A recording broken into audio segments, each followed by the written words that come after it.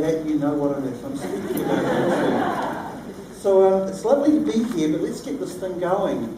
I was told that I was coming here to speak before all of you, and I thought this was a perfect opportunity for me to start to have a... No.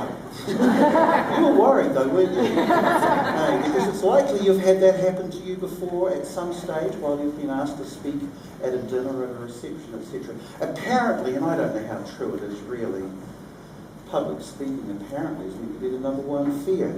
Have you heard that? Hands up if you heard that. Yeah, but clearly you don't suffer from it. So what I thought I'd do is I'd start with a somber moment, actually.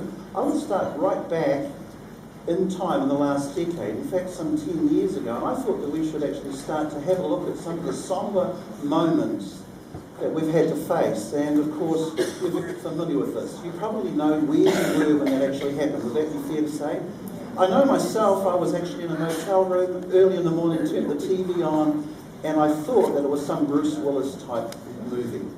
Boy, they go to a lot of expense, these Hollywood people, don't they, put this on? And then I started to realise that there was some absolute reality to it. But then, of course, that wasn't the only thing. We could perhaps even know where we were that day. Just a few minutes before 1 o'clock, perhaps you're familiar with that.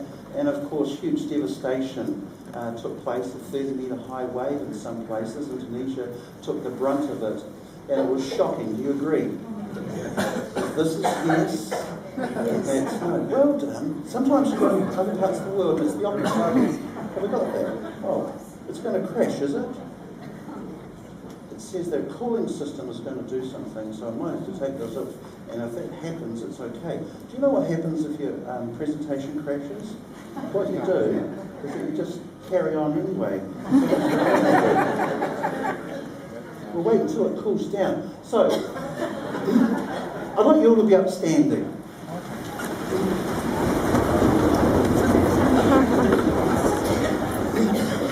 Because I think that you should learn a few skills about speaking. So the first thing to learn is that when everything goes wrong, don't worry about it. I'm going to give you a quote, because I've trained trainers all over the world. In fact, I'm in Colorado in the next 8 weeks training some trainers there, and then I'm into Hong Kong training trainers on how to actually do what I do for a living. So I'm going to give you a tip. Here it is. If you can't get it, get over it and get on with it. Does that make sense? So have a seat. Let's just get on with it. So it may or may not come back. I'll stand here. Would you all do this for me? Would you do that? Pointing that way. If that goes away, that will let me know. So we're away. I mean, if you can't get it, forget it, get over it and get on with it. That's what I reckon.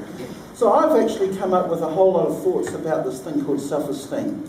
And what I'm aware of is that while we have September 9/11, we're familiar with that, while we actually have things like the tsunami, another thing that we had, of course, was the global recession. Are you familiar with that? At least you would be in your pocket. Okay. So we've had those sort of things happen to us. The other thing, much closer to home, of course, is a 6.3 February... Exactly. And this has been a serious concern and really hit us at ground level, isn't it? It's and it's not a good thing. But what I wanted to do was present to you what I personally believe is a far more extreme case of threat.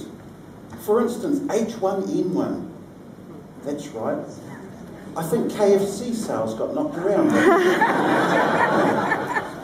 And beef sales went through the roof. Because then there was the swine flu. Not just the bird flu. Do you remember this?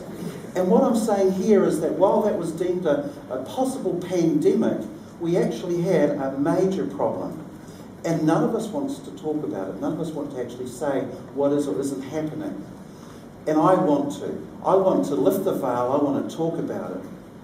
Because I believe that the greatest pandemic that we're facing is actually low self-esteem.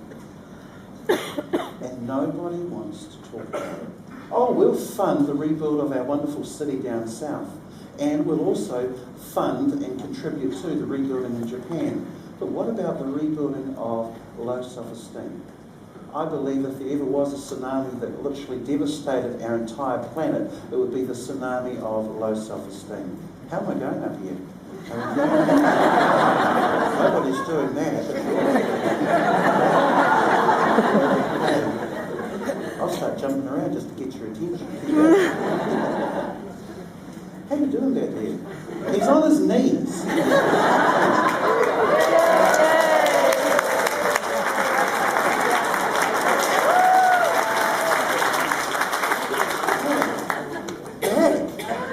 Well, that was the advert. Hey, let's see if we can get this all going again. Thank you.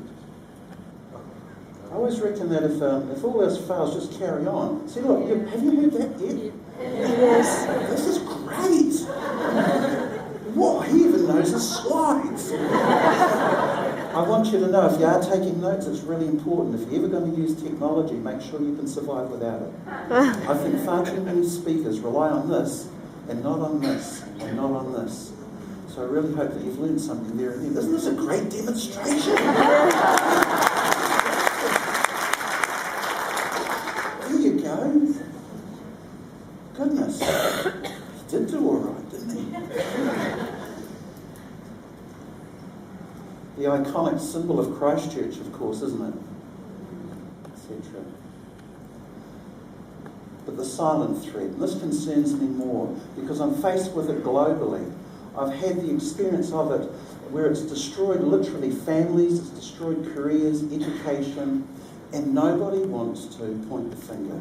Nobody wants to do that. And that's what I'm wanting to do so briefly with you this morning, is to say that we have an unprecedented global pandemic and there's not enough being said about it.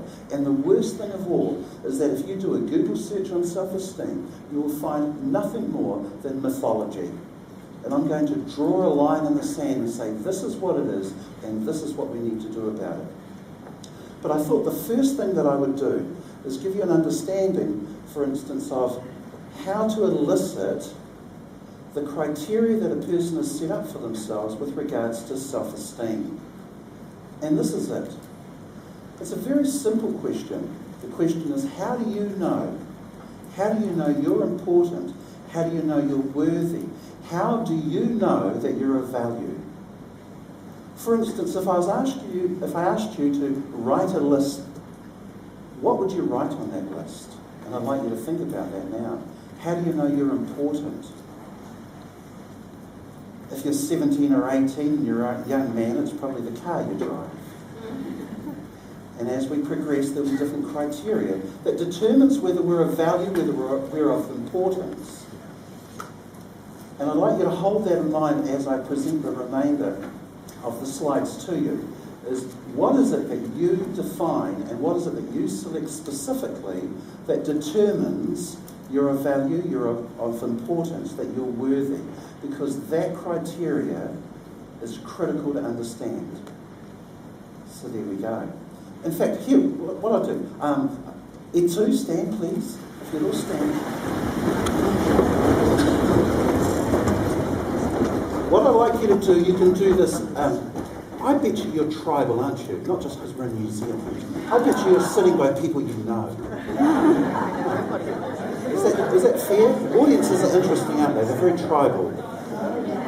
What I'd like you to do, and if you don't, would you introduce yourself just quickly?